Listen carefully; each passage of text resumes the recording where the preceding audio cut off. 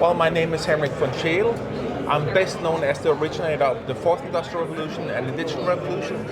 And I'm the chairman of the World Economic Forum AI Committee and the co-chair on the World Economic Forum Regulatory Intelligence Committee. And I'm excited to be here at the Machine Can Think. I think it's a great name. I think it's a quite unique aspect on how you are functionally trying to see how AI is applied, both from a company perspective, from a regulatory perspective, and from an entrepreneurial perspective. Thank you so much for giving us a few minutes of your time. So, with all of that expertise and experience that you have, just sort of give me a sense of kind of where you feel we are kind of on the journey. So, since I'm leading at the World Economic Forum the Global Pioneer Programs, so applying AI with many of the leading organizations, we are in a hype bubble, right? That meaning the amount of promise, what they want to deliver and what they can deliver are two different aspects. But that's not bad, that doesn't mean it's not relevant. Every technology always has a hype. Blockchain had it, all of these, and it's okay, right? The hype is that everybody gathers around it, they try to get a functional way around to do it. So if you look at it, so for most organizations, the promise that the big consulting companies came with 10 years ago, robotic process optimization, right? That's what they're applying today, right? They are optimizing the processes, their workflows, they're doing data optimization, integration, they're doing supervised, unsupervised data, small agents, so on, right? This big AGI magic powder, it just doesn't exist. And I see with many of the organizations, many projects fail because they're not that far in their journey. They haven't even finished their digitalization journey. So sensory connectivity, digital engineering, digital operations, before you can automate the data with AI. So before you run 100 meters, you need to actually be able to walk some core steps, right? So I think the unique thing about this conference is for sure the amount of people you have, the excitement about the topic, and the willingness to test and try, right? And test and try is the willingness to fail, and the willingness to fail is where innovation happens. So I think this brings a lot of good people together. I hope you bring that to Europe. UAE is always the leader in these things. UAE is always thinking at the forefront, and I think that's quite unique. I want to highlight one key point that is out of the sight that people don't see, right? There's an organization that has merged the last 2 years, Women in AI, and it was first this DY crap. And today it has a far stronger focus on how humans evolve, right? And human evolution is being touched by AI in terms of, and how can we as humans monetize it? There's 5 ways we can monetize it.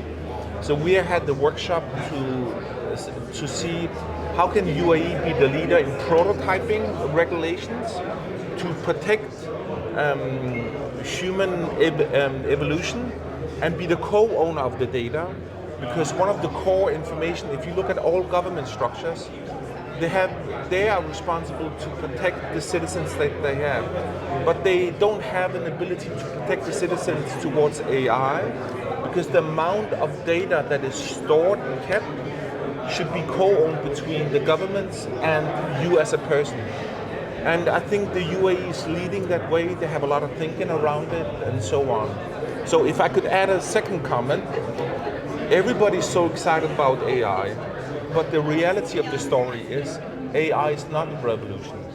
AI revolution will first happen in the bio-revolution, which will happen in 2030, because this is where data touches the body. It will be part of our body, how we consume, how it interacts with us. We are so excited about AI because it's language models, but the truth of the story is there's 8 disciplines in artificial intelligence. And we are excited about the first one because it reflects something we can recognize, languages, and its probabilities, and neural networks put it on a spot level. But the other 8 disciplines are even far heavier and a bigger impact on us, right? So the second one, for example, is AI monocular data. So how we can change plastics to be renewable plastics, how we can get customized medicines, how we can have a Noah's Ark on plants, how we can customize our food and all of it. This would be the biggest element. So in that, let me add to the third point I want to add to you, right? We have to be careful about AI in one element, right? A better future must include three things. We must be smarter, wealthier, and healthier. If AI does not deliver that promise, we should not jump on that horse. We're invited to a gangbang party, and we should make sure that that's the one we really want to join, right? Because AI is about stealing intellectual capital and reselling it again. It's the biggest infringement on intellectual capital. We should make sure that we can protect ourselves, we can have a true path on human development, and we can have a better, smarter, wealthier, and healthier future for everybody. Do you want to talk about the other disciplines, or do you want to kind of? Yeah, but that's a whole session. It's a whole session, I think. So see, as the fourth industrial revolution, right, it emerges in 8 evolutionary stage, which is a revolution in itself. So today we're in an economic revolution, right? So we have what you see in the world about this depolarization and all of this. I just came from the World Economic Forum, and I was leading the G20 meeting with Trump and with all the other world leaders, and I never saw that much conflict, but it's because the world has a difficult thing to understand. US clearly puts on the plate, globalization does not work for us. They have their own market, they have their own defense, they don't want it, they don't need it, they say no. The small countries, Germany, UK, and all the small countries, they depend on different markets to work. That means that they don't like not to be on that party anymore because they depend on that party. So they are only in a reactive mode, they're not in a mode to focus on. So part of this that will be one of the key elements out of what is driving the mega trends for the next couple of years, right? Climate change has received a divorce. That means because of the polarization of nations, it's not that environment is not less important. We don't have a consensus on the agenda anymore, so it will merge in regional aspect like circular economy and all these elements, right? The innovation party on AI is over. Many will burn their fingers on investment, but it will merge more mature. It's a little like cryptocurrency, right? So it will happen step by step. So part of these pieces will happen. There's a good future ahead of us, right? We need to focus on human evolution. Why is that important? You are really good at your job, but the first 3-4 years when you came out of university, you know jack shit.